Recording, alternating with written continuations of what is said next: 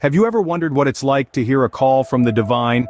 Now let's cast our minds into the heart of Genesis 12, where we encounter a man named Abram who experiences this very phenomenon. Imagine, if you will, the sheer magnitude of the situation.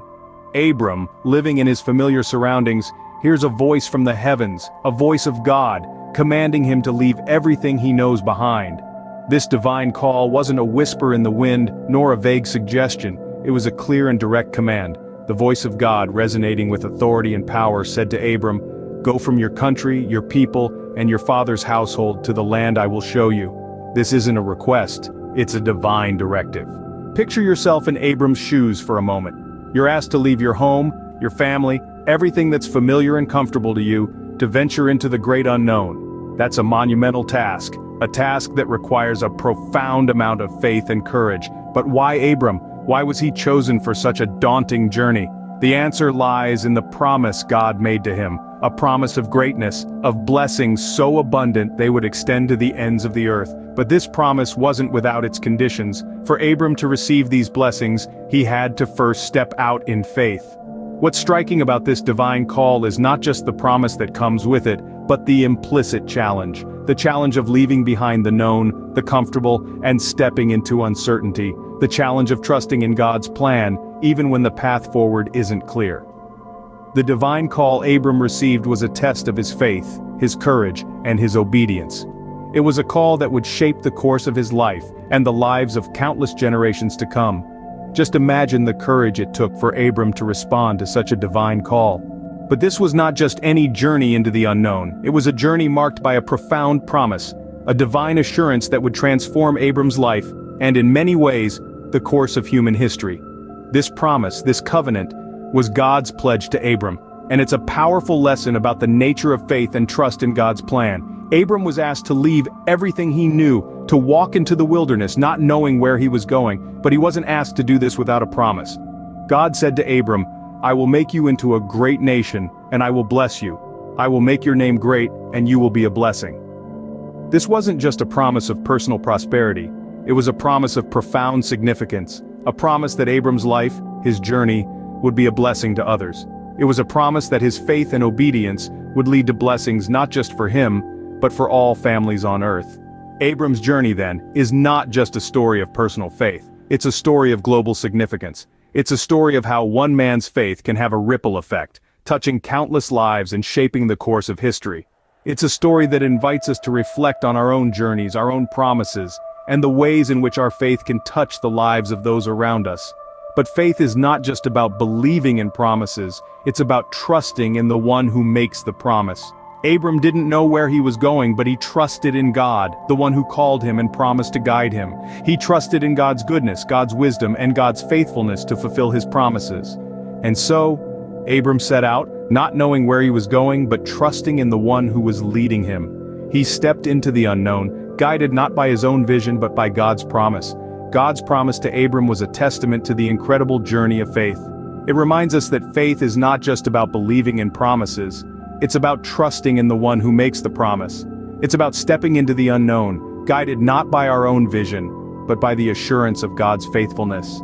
Abram's immediate obedience is striking. Imagine, at the ripe age of 75, he doesn't hesitate or question.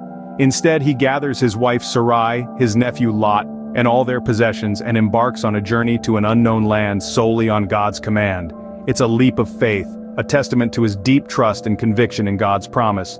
Abram's obedience isn't passive, it's active, immediate, and complete. It's a powerful demonstration of faith in action. It's as if Abram is telling us, when God calls, you don't just listen, you move. In our lives, we may not receive divine calls as Abram did, but we do face moments that demand our trust and action.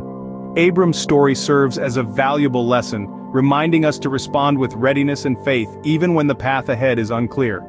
Abram's obedience teaches us about the importance of responding to divine calls with trust and action. Abram's journey was marked by moments of worship. In the midst of his travels, we find him pausing to build altars at key points along his path. The first of these altars was erected at Shechem, a significant locale where God reiterates his promise to Abram. This wasn't just an act of piety, it was a profound expression of gratitude and acknowledgement of God's guiding hand in his life. Abram's journey takes him next to Bethel. Here too, he constructs an altar, a physical testament to his continuous worship and dependence on the divine.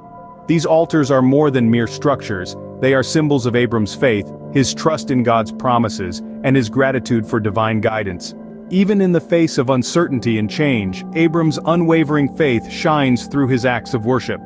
These moments of worship serve as beautiful reminders of gratitude in the midst of uncertainty. As the story unfolds, we find Abram in Egypt. The land Abram had journeyed to, stepping out in faith, was now gripped by a severe famine.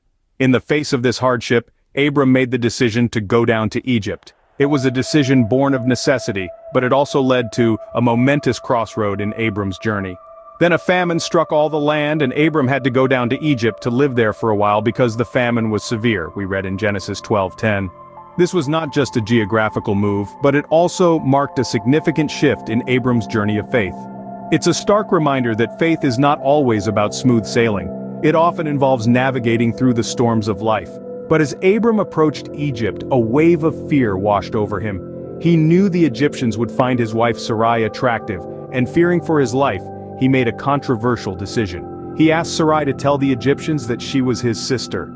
Abram said to Sarai, "I know what a beautiful woman you are. When the Egyptians see you, they will say, 'This is his wife.' Then they will kill me, but will let you live. Say you are my sister, so that I will be treated well for your sake and my life will be spared because of you." Genesis 12:11-13 reveals this intriguing part of Abram's journey. Abram's decision was a complex one. It was a choice driven by fear, and it highlighted the human tendency to take matters into our own hands when faced with uncertainty.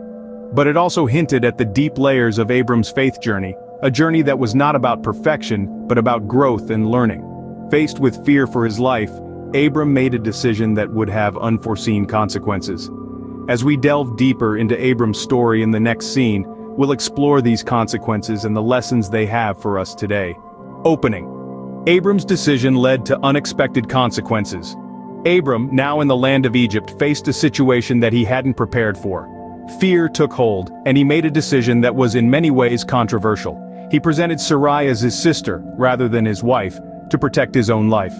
This decision, however, did not come without its repercussions. As we delve deeper into the narrative, we find that Pharaoh, the ruler of Egypt, took Sarai into his palace.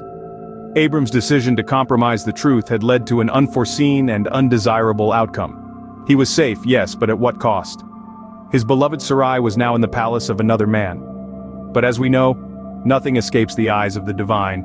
God, seeing Abram's predicament and the compromise of truth, decided to intervene. The scripture tells us that God inflicted serious diseases on Pharaoh and his household. This was not a random act of wrath, but a clear consequence of Abram's decision to compromise the truth. The Pharaoh, afflicted and in distress, soon discovered the truth about Sarai.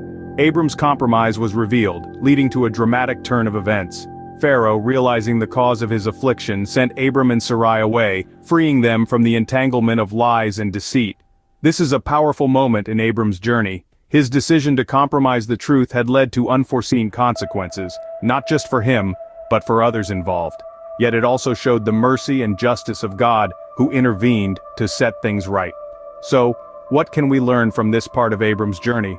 Perhaps it's the fact that our decisions, especially those made in fear and without faith, can have far-reaching consequences. Or perhaps it's the reassurance that even when we falter, God's grace is sufficient to pull us back onto the right path. Closing. God's intervention reveals the consequences of compromising the truth.